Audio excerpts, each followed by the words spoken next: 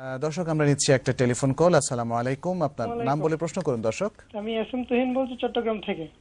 ইয়াসিন আমার তোহিন জি। প্রশ্ন হলো, আমরা ইদানিং শুনতে পাচ্ছি ইসলাম শুধু প্রচার করার জন্য এসেছে, মুসলমানদের দায়িত্ব শুধু ইসলাম প্রচার করা, এর বাইরে কোনো দায়িত্ব নেই, আসলে কি তাই? এবং আরেকটি প্রশ্ন হলো, ইসলামের জন্য লং মার্চ করা জায়েজ আছে কিনা? ইসলামের ইতিহাসে লং মার্চের কোনো উদাহরণ আছে কি? আচ্ছা, ঠিক আছে। আমরা দুটো প্রশ্ন নিচ্ছি জনাব প্রফেসর মুফতি কাজী মোহাম্মদ ইব্রাহিম। ইসলাম শুধু প্রচারের জন্য এসছে, অন্য কোনো দায়িত্ব আমাদের নেই। মানে প্রতিষ্ঠার জন্য কোনো দায়িত্ব নেই, এটাই বোঝানো জি, উদ্দেশ্য। আসলে ইসলাম শুধু প্রচারের জন্য এসছে, যদি এটাই কিন্তু হতো প্রচার কি জন্য? হ্যাঁ, তাহলে এত যুদ্ধ বিগ্রহ কেন হলো?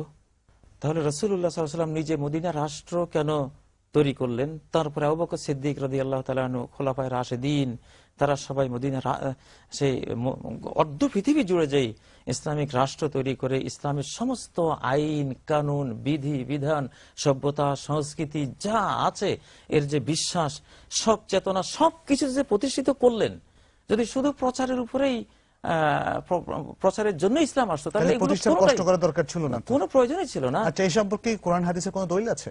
জি, সূরা শুরার 13 নম্বর আয়াত, বিখ্যাত আয়াত, যেটা আন আকিমুদ্দিন ওয়ালা তাতাফাররাকু ফি, দ্বীনকে সকলে মিলে কায়েম করো, এস্টাবলিশ করো, প্রতিষ্ঠিত করো।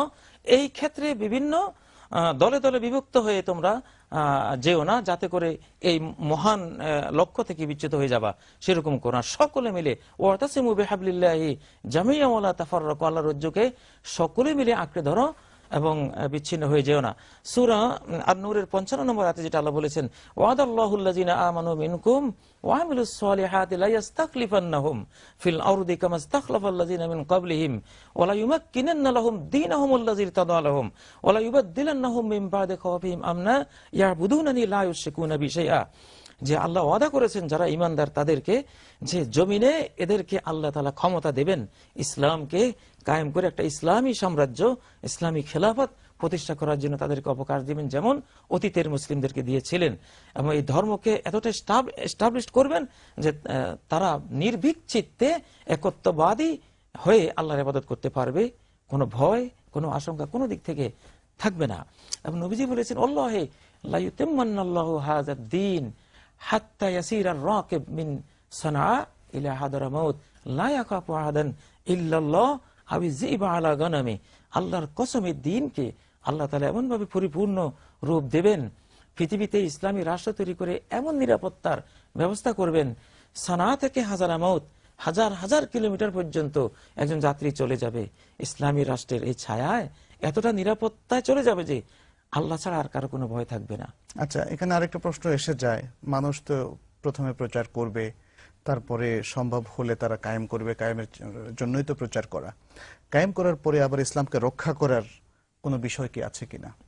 অবশ্যই ইসলামকে হেফাজত করে, ইসলামকে হেফাজত তো করতেই হবে, মানুষদেরকে হেফাজত করতে হবে। আসলে এখানে ইদানিং একটা বিতর্ক আমরা দেখতে পাচ্ছি যে ইসলাম হেফাজত করার দায়িত্ব শুধু আল্লাহর, মানুষের না। এটা জ্ঞানগত মারাত্মক একটা বিভ্রান্তি আমরা দেখতে পাচ্ছি। একজন তরুণ একজন হুজুরের কাছে গিয়ে বারবার দোয়া চাচ্ছে, হুজুর আমার জন্য একটু দোয়া করেন যে আল্লাহ যাতে আমাকে একজন সন্তান দান করেন। কারণ সে কোরআনে পড়েছে সূরা শুরার 49-50 নম্বর আয়াতে, ইহাবু লিমান ইয়াশাউ ইনাসা ওয়া ইহাবু লিমান ইয়াশাউ যুকুর। আল্লাহ যাকে চান কন্যা সন্তান দান করেন, যাকে চান তিনি ছেলে সন্তান দান করেন, যাকে চান উভয়টাই দান করেন। তাহলে সন্তান তো আল্লাহ দেবেন, এটা আল্লাহর দায়িত্ব। ওই যুবক এটা বুঝে হুজুরের কাছে বারবার দোয়া চাচ্ছে, 4-5 বছর হচ্ছে দোয়া করতেছেন, কিন্তু সে বলতেছে হুজুর আমার তো সন্তান হচ্ছে না। একদিন হুজুরের সন্দেহ হলো, আচ্ছা তুমি যে বারবার দোয়া চাচ্ছ বিয়ে করেছো? না হুজুর আমি তো বিয়ে করিনি। তো এখন হুজুর বলছে, বেকুব কোথাকার, তুমি বিয়ে না করলে আল্লাহ তোমাকে সন্তান দেবেন? কোরআনে যে আল্লাহ বলেছেন সন্তান আমি দিব, তার অর্থ কি এই যে তাহলে এখন আর বিয়ে শাদীর কোনো প্রয়োজন নেই, আল্লাহ আকাশ থেকে খালি পোলাপান এভাবে ঝরিয়ে নাজিল করবেন? এই যে এক ধরনের বোকামো এগুলো। আল্লাহ যে দেন এটা একটা সিস্টেম আছে, আল্লাহ রিজিক দেন একটা সিস্টেম আছে। তাহলে যারা বলছেন যে আল্লাহ ইন্নাল্লাহু আর-রাজ্জাকুযুল কুওয়াতিল মাতিন, আল্লাহ রিজিক দিবেন নিঃসন্দেহে, আমরা কেন কষ্ট করছি? ব্যবসা বাণিজ্য কেন করছি? কৃষিকাজ কেন করছি? জেলেরা মাছ ধরতে গিয়ে নিহত কেন হচ্ছি? তাহলে তো এখন মাছ আল্লাহ দিবেন, এখন সবাই বাড়িতে বসে থাকি, ব্যাংকিং সব বন্ধ হয়ে যাক, যত কৃষি আছে সব বন্ধ হয়ে যাক, আল্লাহ তো খাওয়াবেন, খাওয়াবার দায়িত্ব আল্লাহর। ইল্লা আল্লাহ রিজকুহা, আল্লাহ তো ইনস্ট্রাকশন দিয়ে দিয়েছেন এভাবে এভাবে করো, তখন আল্লাহ তাআলা রিজিকের যোগান দেবেন। আল্লাহ রিজিক দিবেন। এর অর্থ এই নয় আসমান থেকে ধান নাজিল হবে, চাল নাজিল হবে, মাছ আকাশ থেকে পড়তে থাকবে, গরুর গোস্ত জবাই হয়ে রান্না হয়ে একেবারে ওখান থেকে পড়তে থাকবে, এটা তো নয়। তিনি রাজ্জাক, অর্থাৎ তিনি রিজিক দেবেন, কিন্তু মানুষকে শ্রমিক হিসেবে ব্যবহার করবেন। কেউ কৃষক হবে, কেউ ব্যবসায়ী হবে, কেউ ডাক্তার হবে, কেউ ইঞ্জিনিয়ার হবে, কেউ প্রশাসক হবে, ইঞ্জিনিয়ার হবে। কাউকে আল্লাহর রাজ্জাকের এই দায়িত্ব পালন করার জন্য এক দলকে আল্লাহ লাগিয়ে দিয়েছেন, এরা শুধু চিড়ার মুড়ি বিক্রি করে, এটা তো লাগবে। একদলকে লাগিয়ে দিয়েছে শুধু কসাই, আজীবন বংশের পর বংশ শুধু কসাই হয়। তাহলে হেফাজতের বিষয়টা এখন আসতে পারে, যেটা ঠিক আপনি মূলত এইরকমই ইসলাম যে আল্লাহ হেফাজত করবেন, সেটার জন্য আল্লাহ লক্ষ কোটি শ্রমিক পৃথিবীতে তিনি নিয়োজিত করেছেন। লা ইয়াজালুল্লাহু ইয়াগরিসু লিহাযাদ দ্বীন, গারসান নবীজি বলছেন, এই দ্বীনকে রক্ষার জন্য যুগ যুগান্তরে বহু লোক আল্লাহ সৃষ্টি করবেন। ইন্নাল্লাহা ইয়াবআসু লিহাযাদ দ্বীন আলা কুল্লি রা'সি মিয়াতি সানাতিন মান ইউজাদ্দিদু লাহা দীনাহা।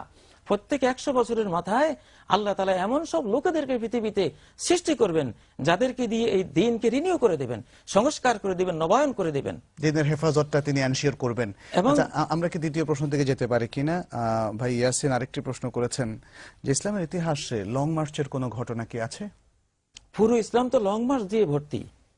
যেমন রাসূলুল্লাহ সাল্লাল্লাহু আলাইহি ওয়াসাল্লাম যে তবুক যুদ্ধে গিয়েছিলেন নবম হিজরিতে, সেই হাজার হাজার কিলোমিটার দূরে মদিনা থেকে রোম পর্যন্ত তিনি যে তবুক পর্যন্ত তিনি যে গিয়েছিলেন, তবুকটা এখন 1000 ইরাকে কিলোমিটার পড়েছে চেয়ে একটু কম মদিনা থেকে। জি, আচ্ছা, যাই হোক, এটা তো বিশাল এক লং মার্চ, যেটা আল্লাহ নিজে কোরআনে লং বলেছেন। মার্চটা মানে কি?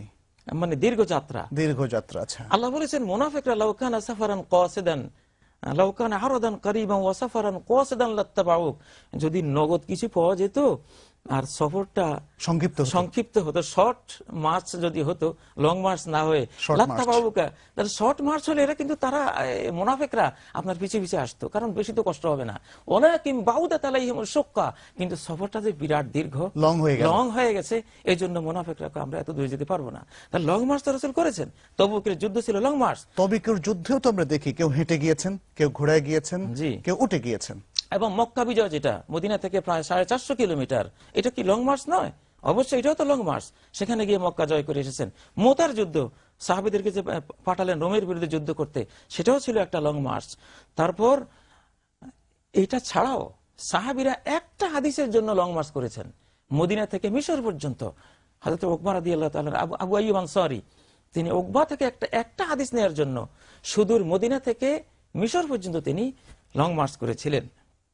আরেকজন সাহাবী হযরত জাবের, আব্দুল্লাহ ইবনে উনাইস থেকে একটি হাদিস নেয়ার জন্য মক্কা থেকে সিরিয়া পর্যন্ত হাদিস নিতে গিয়েছিলেন কেন? তারা ইসলামকে হেফাজতের জন্য না? অবশ্যই ইসলামকে হেফাজত করার জন্যই। আসলে এগুলো কতগুলো বিভ্রান্তি বা তাহরিফ, বিকৃতি সাধন করা। নবীজি বলেছেন যে ইয়াহমিলু হাযাল ইলমা মিন কুল্লি খালাফিন উদুলু, আমার এই ইলমে দ্বীনকে গ্রহণ করবে প্রত্যেক প্রজন্মের ন্যায়পরায়ণ আল্লাহ ভীরু মানুষগুলো। তাদের কাজ হবে 3টা। ইয়ানফুনা আনহু তাহরিফাল গালিন, সীমা লঙ্ঘনকারীরা যে বিকৃতি করবে, অর্থ বিকৃতি করে মানুষের কাছে পেশ করবে, এটাকে তারা প্রতিহত করবে। তারপর ইন্তিহাল আল মুবতিলিন, বাতিলপন্থীরাও একটু ইসলামিস্ট হওয়ার জন্য কিছু কিছু কোরআনের আয়াত, নবীর হাদিস যে ব্যবহার করা শুরু করবে, এটাও সহিহ উলামারা প্রতিহত করবে। আর কি ওয়া তা'ওয়িল আল জাহিলিন, মূর্খরা যে কোরআনের ব্যাখ্যা, হাদিসের ব্যাখ্যা দেওয়া শুরু করে দেবে, এই অপব্যাখ্যাগুলিকে সত্য উলামারা প্রতিহত করবে। এটা কিন্তু দায়িত্ব। কোরআন এবং হাদিসের দলিল দিয়ে আজকে আমরা বাংলাদেশে দেখতে পাচ্ছি 3টা শুরু হয়েছে, বিকৃতি এবং ইসলামিস্ট সাজার জন্য নাস্তিকরা পর্যন্ত একটু কিছু কোরআন হাদিসের অপব্যাখ্যা করছে ইত্যাদি, এগুলো শুরু হয়েছে।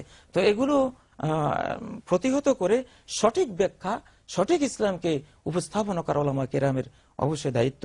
আচ্ছা, এর সাথে সম্পর্কিত দুটো প্রশ্ন একটু করতে চাই সংক্ষেপে। অনেকের ধারণা পৃথিবীর ইতিহাসে মাও সেতুং নাকি প্রথম লং মার্চ শুরু করেছিলেন। তিনি প্রায় 20,000 কিলোমিটার লং মার্চ করেছিলেন। তা আপনি আজকে যে আলোচনা করলেন তাতে আমরা দেখলাম যে আসলে মাও সেতুং তো গত শতাব্দীর মানুষ, কিন্তু তারও প্রায় 1400 বছর আগে রাসূল সাল্লাল্লাহু আলাইহি ওয়াসাল্লাম অনেকগুলো লং মার্চ করেছিলেন। এটা তো আমরা দলিল থেকে এবং দেখলাম। তারও আগে ইব্রাহিম আলাইহিস সালামের জবানে আল্লাহ তাআলা লং মার্চের ঘোষণা দিয়েছেন, ওয়াযযিন ফিন নাস বিল হজ্জি ইয়াতুকা রিজালা ওয়া আলা কুল্লি দামির ইয়াতিনা মিন কুল্লি ফাজ্জিন আমিক। তুমি মানব জাতির মধ্যে হজের ঘোষণা বাণী শোনাও, ইয়াতুকা রিজালা, তারা পায়ে হেঁটে আসবে তোমার কাছে, ওয়া আলা কুল্লি দামির, এবং প্রশিক্ষিত উষ্টির উপরে, উটের উপরে চড়ে আসবে, পদাতিক ভাবে আসবে, বাহনে চড়ে আসবে, ইয়াতিনা মিন কুল্লি ফাজ্জিন আমিক, দূর দূরান্তের পথ থেকে তারা আসবে। এখানে তো লং মার্চ করে হজে যাওয়ার কথাও বলা হয়েছে। এই বাংলাদেশ থেকে তো আগে লোকেরা লং মার্চ করে পায়ে হেঁটে জাহাজে বিভিন্ন ভাবে তারা মক্কায় যেত। এগুলি কি লং মার্চ? এগুলি সবই লং মার্চ।